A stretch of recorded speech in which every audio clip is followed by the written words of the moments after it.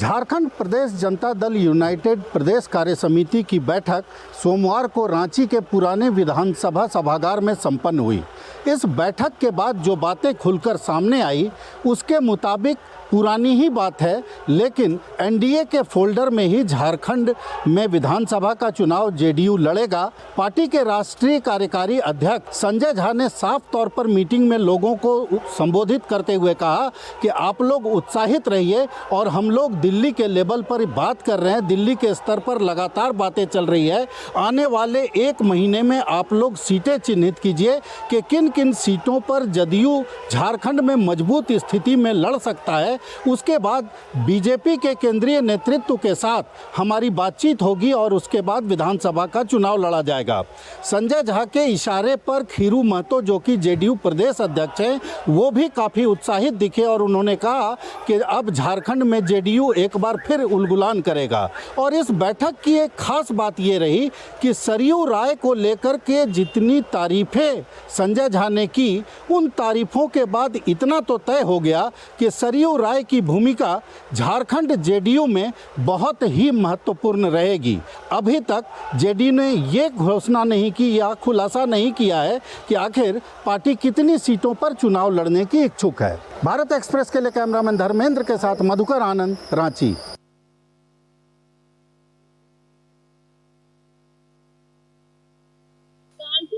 Railway track पर लगातार साजिश की जा रही है ताकि ट्रेन को किसी बड़े हादसे का शिकार बनाया जा सके। इसी क्रम में कल बीती रात कालिंदी एक्सप्रेस के साथ एक बड़ी दुर्घटना होने से बच गई, जब ट्रैक पर भारी सी चीज यानी सिलेंडर आकर ट्रेन के इंजन से टकराया। ये तो लोको पायलट की भूल थी, जिसकी वजह से एक बड़ा हादसा जो है होते होते बच गया। मौके पर पहुंची जिला प्रशासन की टीम और इसके अलावा कानपुर पुलिस कमिश्नरेट की टीम ने पाया कि वहां पर सिलेंडर के अलावा ज्वलनशील पदार्थ भी पाए गए, जिसमें पेट्रोल और माचिस आदि शामिल थी। इस पूरी घटना की जांच जो है वो एनआईए से लेकर कई एटीएस और कई जांच टीमें लगाई गई हैं और इसके अलावा कानपुर कमिश्नरेट से भी जो है 6 टीमें लगाई गई हैं और पूरी घटना की जांच की जा रही है। और बात करें अगर इस घटना को लेकर, तो यहाँ पर 6 संदिग्धों को हिरासत में लेने की बात जो है वो सामने आई है, जिसमें 2 का जमाती कनेक्शन भी बताया जा रहा है। कानपुर से भारत एक्सप्रेस के लिए ज़ेबा खान।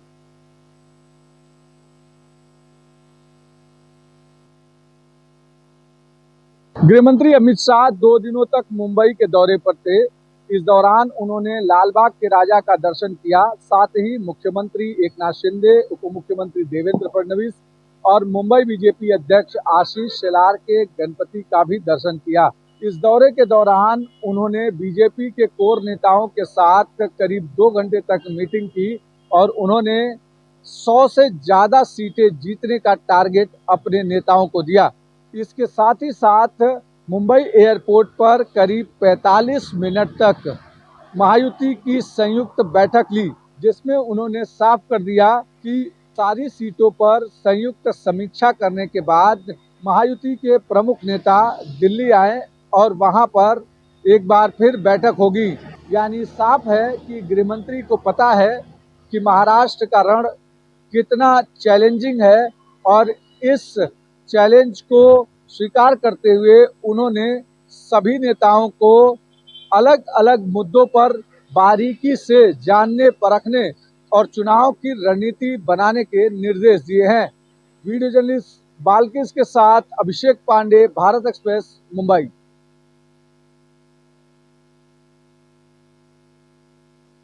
राजधानी पटना में अपराधियों का तांडव जारी है।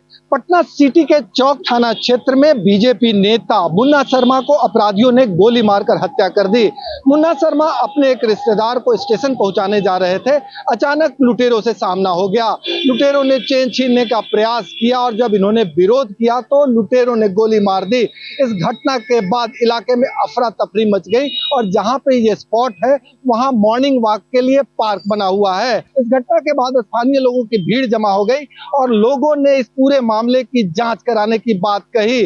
आरोप लगाया कि यहाँ पे अपराधियों का जमावड़ा रहता है और पुलिस यहाँ कुछ भी नहीं करती है। साथ ही स्थानीय लोगों ने ये मांग की है कि सीसीटीवी के आधार पे अपराधियों की गिरफ्तारी हो।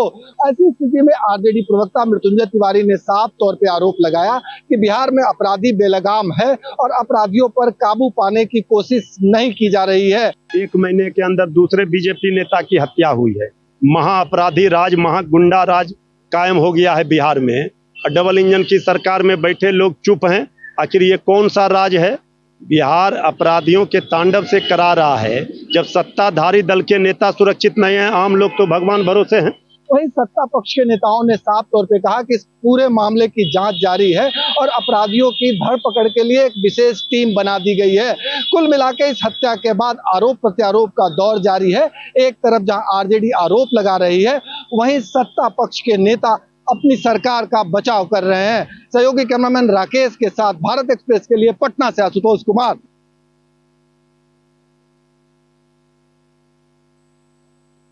सूरत में गणेश पंडाल पर हुए हमले के मामले में जांच में खुलासा हुआ है कि इस पंडाल पर हमला करने के लिए 6 नाबालिग रिक्शा में बैठकर आए थे। पुलिस ने इन तमाम नाबालिगों को गिरफ्तार कर जुवेनाइल जस्टिस एक्ट के तहत मामला दर्ज किया है। इसके अलावा अन्य 28 लोगों को भी हिरासत में लिया गया है। पुलिस इस मामले की गंभीरता से जांच कर रही है। सूरत पुलिस पूरे इलाके का सीसीटीवी खंगाल रही है और मीडिया फुटेज को भी खंगाला जा रहा है। पुलिस ने तमाम संवेदनशील इलाकों में सुरक्षा बढ़ा दी है। इसके अलावा राज्य के गृह मंत्री ने कहा है कि अगर कायदे में रहोगे तो फायदे में रहोगे। इसका मतलब है कि अगर आप कानून के हिसाब से चलोगे तो फायदे में रहोगे और यदि कानून को आपने तोड़ा तो फिर भुगतना होगा। सीधा तेलंगाना गृह मंत्री हर्ष संघवी ने दिया है कि गुजरात का एक स्लोगन है, जो भी कायदे में रहेगा वो फायदे में रहेगा। कानून तोड़ेंगे तो इससे भी सख्त कदम उठाए जाएंगे, वो चाहे कोई भी हो। इसमें किसी भी प्रकार की दया नहीं हो सकती। कानून तोड़ने वाले सभी लोग ये मात्र कानून के गुनहगार नहीं है, ये सामाजिक गुनहगार भी है। गुजरात में इस प्रकार की घटना के बाद पूरा सूरत स्तब्ध है और राज्य के तमाम जिलों के डीएसपी और एसपी के साथ जिला राज्य के डीजीपी ने एक मीटिंग बुलाई और तमाम जगहों पर सुरक्षा व्यवस्था पुख्त करने के निर्देश दिए हैं। राज्य के गृह मंत्री हर्ष संघवी सूरत में ही हैं और सूरत में लगातार हालात की समीक्षा कर रहे हैं और वायदा कर रहे हैं कि जो भी गुनहगार इस षड्यंत्र में शामिल होगा उसको बख्शा नहीं जाएगा। अहमदाबाद में कैमरा पर्सन संजय कोष्टी के साथ Arvind Sharma, Bharat express.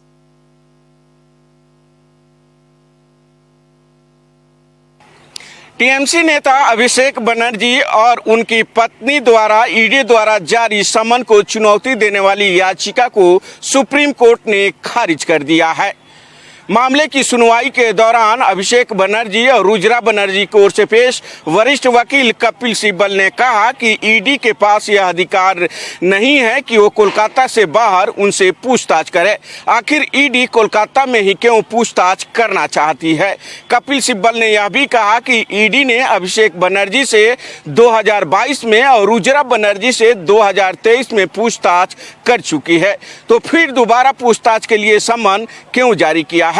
Supreme court ने दोनों की याचिका को खारिज करते हुए कहा है कि ईडी द्वारा जारी समन का सम्मान करें, क्योंकि मामले की सुनवाई के दौरान ईडी की ओर से पेश वकील ने अभिषेक बनर्जी और रुजरा बनर्जी की ओर से दी गई दलीलों को विरोध करते हुए कहा था कि उनके पास यह अधिकार है कि वो कोलकाता से बाहर पूछताछ कर सकें।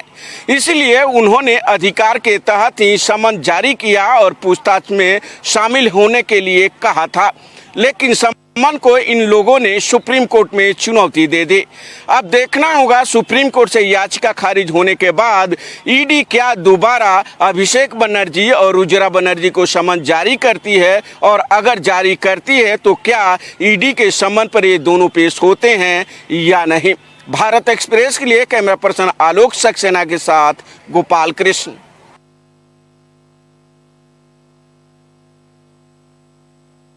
नेता विपक्ष राहुल गांधी अमेरिका दौरे पर हैं और आज उन्होंने टेक्सास में भारतीय समुदाय के लोगों से बातचीत की, तो वहीं यूनिवर्सिटी ऑफ टेक्सास में एक कार्यक्रम में भी हिस्सा लिया। साफ तौर पर राहुल गांधी कई बातों को अपनी जो समुदाय के लोग हैं उनके सामने रख रहे थे, तो वहीं उन्होंने आरएसएस का भी जिक्र किया और कहा कि आरएसएस किस तरह से हिंदुस्तान को, भारत को एक विचार की तरह मानता है, बल्कि हमारे जो विचार है कि भारत एक विचार नहीं बल्कि कई विचारों से बना हुआ है। The RSS believes that India is one idea, and we believe that India is a multiplicity of ideas. And we believe, by the way, very much like the United States, we believe that everybody should be allowed to participate. We believe that everybody should be allowed to dream. जिस पर पलटवार करते हुए गिरिराज सिंह ने साफ तौर पर कहा, ऐसे लोगों को देशद्रोह का मुकदमा चलाना चाहिए जो भारत की निंदा भारत के बाहर जाके करे, भारत को बदनाम करे और दुश्मन देशों की तारीफ करे। अभी लगातार जो है अब आगे भी जो इस तरह के कार्यक्रम है और राहुल गांधी के अमेरिका में रहेंगे, तो अब देखना महत्वपूर्ण होगा। जो आज पहले दिन ही टेक्सास में इस तरह की जो बातें सामने आई हैं वो आगे क्या रूप लेंगी, और जाहिर सी बात है इसको लेकर राजनीति अपने चरम पर होगी। कैमरा पर्सन रमेश राय के साथ प्रशांत त्यागी, भारत एक्सप्रेस, दिल्ली।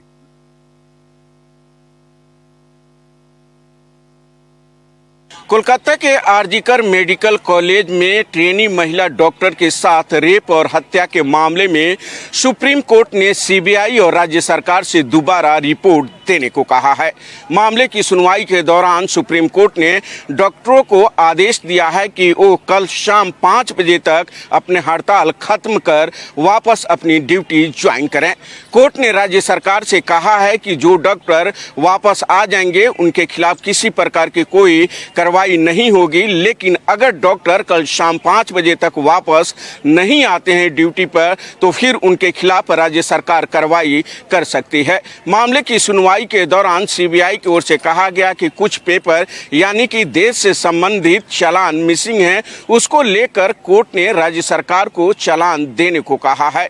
वहीं कपिल सिब्बल जो राज्य सरकार की ओर से पेश हुए थे, उन्होंने कोर्ट को बताया कि डॉक्टरों की हड़ताल की वजह से 23 लोगों की अब तक इस मामले में मौत हो चुकी है, जबकि 6 लाख लोग प्रभावित हुए हैं।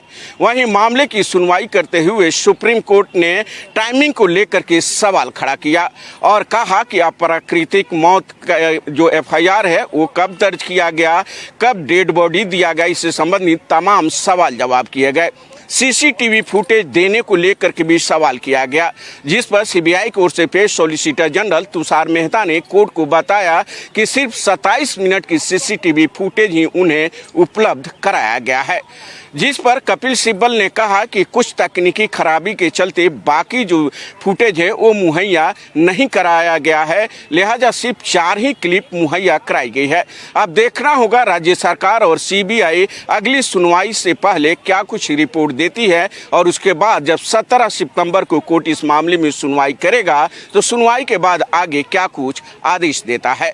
भारत एक्सप्रेस के लिए कैमरा पर्सन आलोक सक्सेना के साथ गोपाल कृष्ण।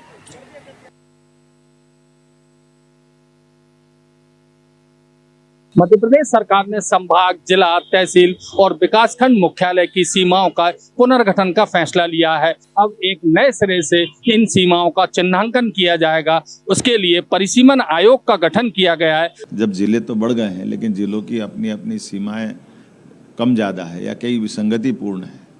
कई लोगों को बहुत दूर जाना पड़ता है जिला मुख्यालय, जबकि पास का जिला बहुत पास में है उनके।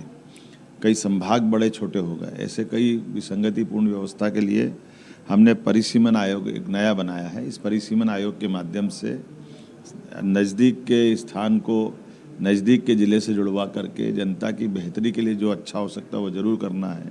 तो संभाग, ज़िले, इनका एक बार पुनर्परीक्षण करना है। इसमें मैंने एक आयोग बनाया है।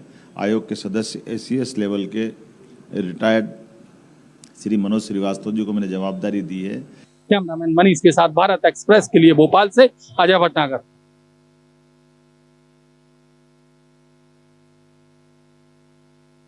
ग्रेटर नोएडा के एक्सपो मार्ट में सेमिकॉन इंडिया 2024 का आयोजन किया जा रहा है। इसमें 11 तारीख को देश के प्रधानमंत्री नरेंद्र मोदी जी शिरकत करेंगे। इसी सब चीजों की व्यवस्थाओं का जायजा लेने के लिए उत्तर प्रदेश के CM योगी आदित्यनाथ कल एक्सपो मार्ट पहुंचेंगे और यहां पे तमाम व्यवस्थाओं का जायजा लेंगे। आप मेरे तस्वीरों में देख सकते हैं, यहाँ पे तमाम फोर्स जो है तैनात की गई है।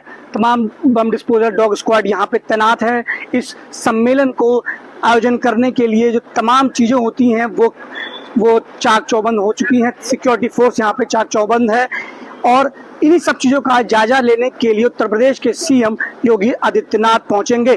Rahul Thakur, Bharat Express, Greater Noida.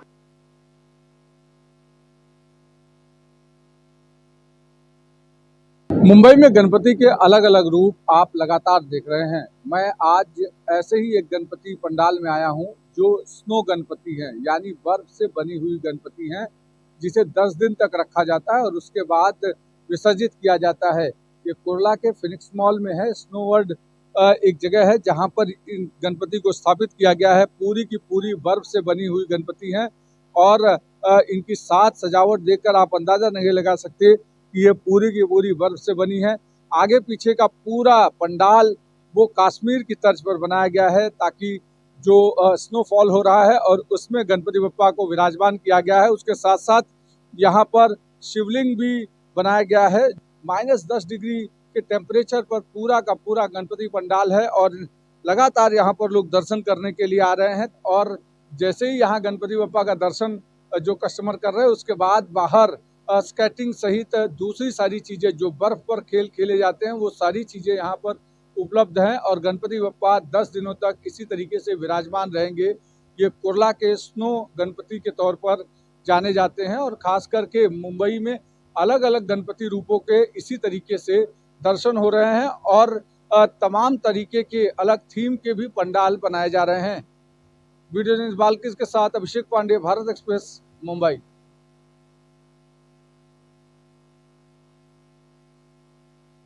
इंदौर के सुपर स्पेशलिटी अस्पताल में खरगोन की रहने वाली चिंकी राठौर, जो कि ब्लड कैंसर से पीड़ित थी, उन्होंने एक साथ 2 बच्चों को जन्म दिया है। पूरे देश में लगभग 200 ऐसी महिलाएं हैं जिन्होंने ब्लड कैंसर होने के बाद भी प्रसूति की है, लेकिन मध्य प्रदेश का यह पहला मामला है जिसमें ब्लड कैंसर महिला ने एक साथ जुड़वा बच्चों को जन्म दिया हो। इसके पहले ब्लड कैंसर से पीड़ित महिलाएं डर के कारण प्रसूति नहीं करती थी कि उनके होने वाले बच्चे के जीवन को भी खतरा रहता था और उनको खुद को भी खतरा रहता था। लेकिन अब ऐसी महिलाओं के लिए ये खुश खबर है कि मेडिकल साइंस ने इतनी तरक्की कर ली है कि अब वे भी प्रसूति कर सकेंगी। पीड़ित महिला और उनके परिवारों ने डॉक्टरों की टीम को बहुत धन्यवाद दिया है। मुझे तो अपनी चिंता थी ही नहीं, बस बच्चों की थी। बच्चे कैसे भी करके बाहर आ जाएं, स्वस्थ हो जाएं, बस यही दिक्कत थी।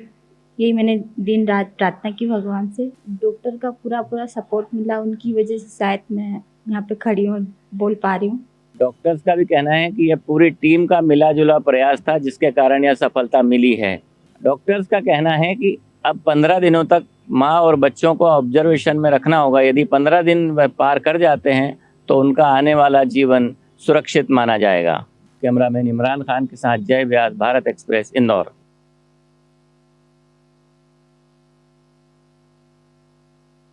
राजनीतिक रणनीतिकार प्रशांत किशोर ने तेजस्वी यादव के ऊपर आज बड़ा हमला किया है। प्रशांत किशोर ने तेजस्वी यादव के ऊपर तंज कसते हुए कहा कि बिहार का दुर्भाग्य है कि बदमाश और अनपढ़, जिन्हें जीडीपी की समझ नहीं है, वो बिहार में जो है नेता बने हुए हैं, राजनेता बने हुए हैं, वो राज्य कर रहे हैं। और उन्होंने किया।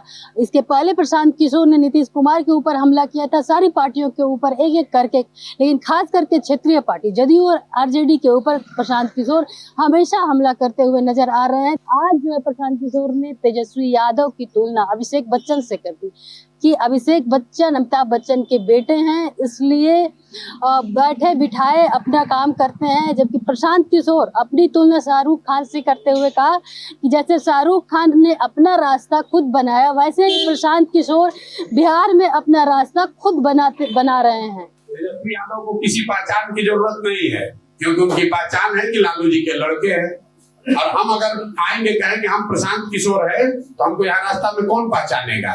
लेकिन जब लोग बताएगा कि ये वही प्रशांत किशोर है जो सरकार बनाते बिगाड़ते हैं, तब लोग ध्यान से सुनेगा। तो जो आदमी भी अपने दम पर आगे बढ़ा है, उसका रास्ता आपको टेढ़ा मेढ़ा दिख सकता है, लेकिन तय आपको करना है। कि जो बाबूजी के नाम पर आगे बढ़ा है उसमें आपका भरोसा है कि जिसने अपनी बुद्धि अपनी ताकत से अपनी जगह बनाई है उसमें आपका भरोसा है।